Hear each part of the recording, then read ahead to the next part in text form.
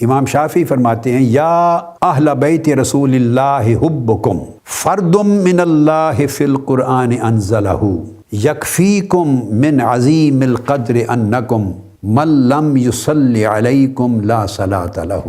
اے اہل بیت رسول، تمہاری محبت قرآن مجید کی طرف سے اور قرآن مجید میں نازل کی گئی آیہ کریمہ کے ذریعے ہم پر فرض کر دی گئی ہے۔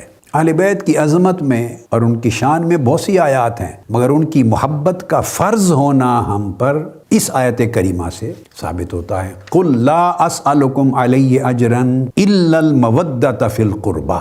حضور کی قرابت اور حضور کی اہل بیت کی مودت اور محبت یہ فرض کر دی گئی ہے قرآن مجید۔ تو امام شافعی فرماتے ہیں آپ کی محبت قرآن نے ہم پہ فرض کر دی ہے، اور پھر یہ اتنی عظیم قدر و منزلت اللہ نے جو آپ کو عطا کی، اس سے بڑی دلیل اور کیا ہو سکتی ہے کہ جو شخص نماز میں تم پر درود نہ پڑھے اس کی نماز نہیں ہوتی۔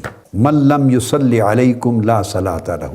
یہ امام شافعی کا میں نے قول اور ان کا مذہب اور ان کا پیغام دیا۔ اب امام قرطبی نے اور باقی ائمہ کی طرح سب نے بیان کیا ہے، اور دراصل وہ حدیث کو لائے ہیں۔ وہ فرماتے ہیں کہ پہلا قول اس میں یہ ہے کہ قربہ سے مراد جن کی محبت فرض کی گئی ہے وہ قرابت رسول ہے۔ سیدنا امام علی زین العابدین اس معنی کو بیان کرتے ہیں۔ وہ فرماتے ہیں کہ حضور علیہ الصلوۃ والسلام سے پوچھا گیا جب یہ آیت کریمہ نازل ہوئی کہ میری قرابت سے محبت تم پر واجب کر دی گئی، تو پوچھا گیا قالو یا رسول اللہ صلی اللہ علیہ وسلم من ہؤلاء الذین نودہم، وہ لوگ کون ہیں جن سے ہم محبت کریں، جن کی محبت ہم پہ فرض اور واجب کر دی گئی۔ قال علی و فاطمۃ وابناہما، آقا علیہ السلام نے فرمایا علی، فاطمہ اور ان کے دونوں بیٹے حسن اور حسین، ان کی محبت فرض کر دی گئی ہے۔ امام احمد بن حنبل روایت فرماتے ہیں، اور امام طبرانی بھی اپنی معجم الکبیر میں عبداللہ ابن عباس رضی اللہ تعالیٰ عنہ سے، یہ امام احمد بن حنبل کا بیان،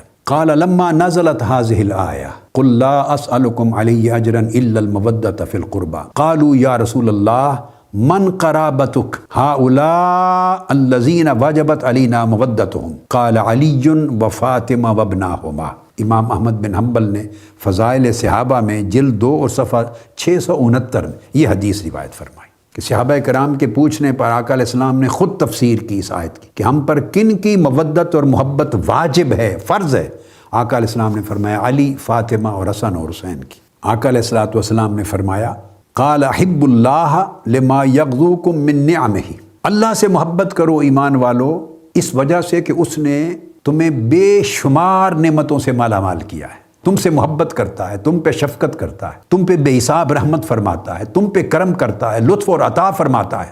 صبح و شام تم اس کی نعمتوں اور رحمتوں کے سمندروں میں غوطہ زن رہتے ہو، موسلادھار بارش رہتی ہے اللہ کی نعمتوں کی، اس کی وجہ سے اللہ سے محبت کیا کرو۔ اور پھر فرمایا وَحِبُّونِي بِحُبِّ اللَّهِ، اور مجھ سے محبت کرو اللہ کی محبت کی وجہ سے، کہ اللہ کی محبت نہیں ملتی میری محبت کے بغیر، تو میری محبت ہی راستہ ہے اللہ کی محبت کا، میری محبت ہی واسطہ، ذریعہ اور وسیلہ ہے اللہ کی محبت کا، تو مجھ سے محبت کرو تاکہ تم اللہ سے محبت کر سکو، راستہ بتایا ہے۔ وَحِبُّوا أَهْلَ بَيْتِي لِحُبِّي، اور میری اہل بیت سے محبت کرو تاکہ تمہیں میری محبت مل سکے، میری محبت کی خاطر میری اہل بیت سے محبت کرو، اور اللہ کی محبت کی خاطر مجھ سے محبت کرو۔